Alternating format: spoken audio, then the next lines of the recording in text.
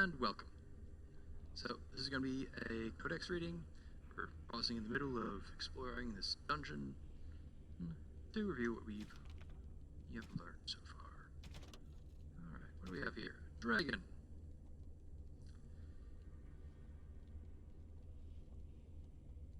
Let's see. Dragon. Female dragons take much longer to mature than their male counterparts. They too undergo metamorphosis of sorts as an adult. But while males lose use of their forepaws, females actually grow a third set of limbs, specifically serving to serve as wings. Yeah, that's a pretty major morphological change there.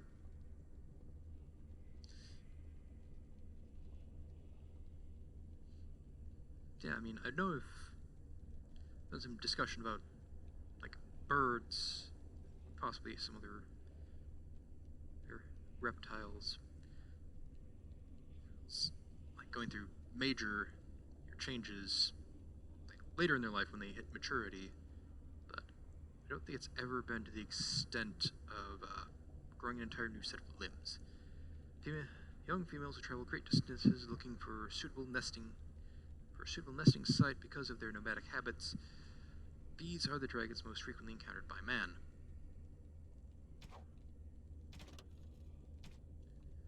Falundin, friend of the dead, the guide. O Falundin, Lethan Navir, friend of the dead, guide my feet, calm my soul, lead me to my rest.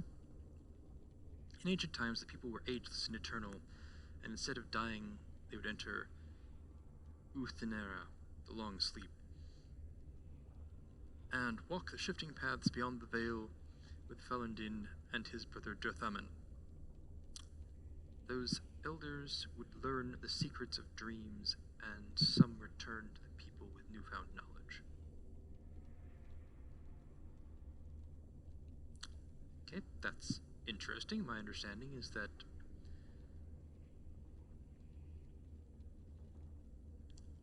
Falundin kind of ceased to, like, all the Evanors kind of ceased to having like much effect on the world when the veil came to be. Anyway, but we quickened and became mortal, those of the people who passed walked with Falundin into the beyond and never returned. If they took counsel with Durthaman on their passage, his wisdom was lost, for it went with them into the beyond also, and never came to the people. Then Fenharel caused the gods to be shut away from us, and those who passed no longer had Falundin to guide them, and so we learned to lay our loved ones to rest with an oaken staff to keep them from faltering along the path, and a cedar branch to scatter the ravens named Fear and Deceit, who were once the servants of Durthaman, now without master. As told by Gesharel, keeper of the Ralafin clan of the Dalish Elves.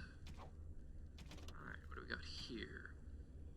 Uthenera. To the ancient elves who existed during the time of Arlathan, Uthenera was an act of reverence. Elves did not age, they were not immortal, but they did not suffer from deterioration of the mind or body. Negligible senescence, I believe that's the term for that. They suffered only from a deterioration of the spirit. It did not happen often, but the oldest of the elves were said to reach a point where they became weary of life. Memories became too much to bear, and rather than fade into complacency, they voluntarily stood aside to let the newer generation guide their people. Uthenera means the long sleep, in which the elder would retire to a chamber that was one part bed and one part tomb. To great ceremony from all the extended family, the elder would succumb to a slumber from which they would not wake for centuries, and often never. In time, the body would deteriorate and the elder would die in truth. All the while, the family would continue to visit the chamber to pay respect to one who had made such a great sacrifice. With the arrival of humans and the quickening of elven blood that ensued, the practice of Uthenera began to fade, and when Arlathan fell, it ceased altogether. From what has passed by Hassandriel, Lord of Haram Sharal, to Seven Glory. That's the main elvish city in the Dales when the Dalish had their own homeland for the second time. curious how they're using the Androstian calendar for that. Notes. A carved elven tablet. 4 panels reproduced here appear to be part of a much larger mural. The topmost panel shows a jug overflowing with water standing on an altar. 3 elves in robes are positioned around the altar, while the crowd of elves in warlike regalia stand just slightly apart from them. Just below is a depiction of all the elves, those in robes and those in armor, prostrating themselves before the altar in worshipful expressions. The third from the top is a carving which shows one of the 3 robed figures, a woman with an elaborate tattoo on her face, drinking from the jug on the altar, while the other elves watch. The bottom image shows the tattooed woman standing waist deep in a pool of water. She holds the jug with water spilling out of its mouth. The armored elves bow before her, describing a strange tablet. Black vials, binding the 4th corpse walker. You deny our dead their rest, and so you will be hounded. Let the strength of our union bind you by your true name. Quametha Kagat, revenant and perversion of an honored father, though no spirit cage will undo what was suffered. Andraste hold you, demon, and bind your rage for eternity. 6 thumbprints in blood mark the end of the text.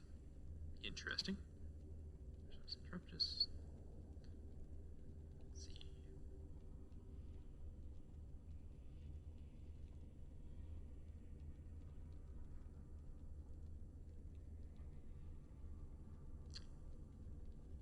I think this is a new one, new. Miss Ambrose, a long, slow grind. The motion careful, aided by generous applications of oil. Size is no concern with my equipment, and I am always mindful when stuffing, not to risk a burst before every order is fulfilled. My meat goes hand in hand with satisfaction. Your interest astounds, but it is not mine to question a customer's choice in nighttime reading. 3-pound sausage again this week? No cheek, of course. Yours, Biller's Butchers.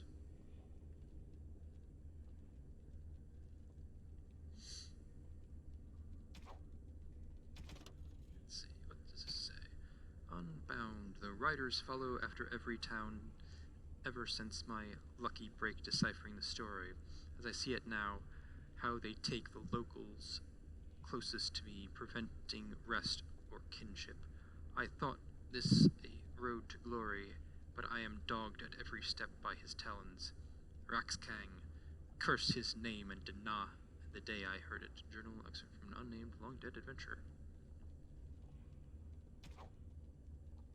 And that's all the lore for this one. Thank you for watching. I hope you enjoyed, and have a nice day.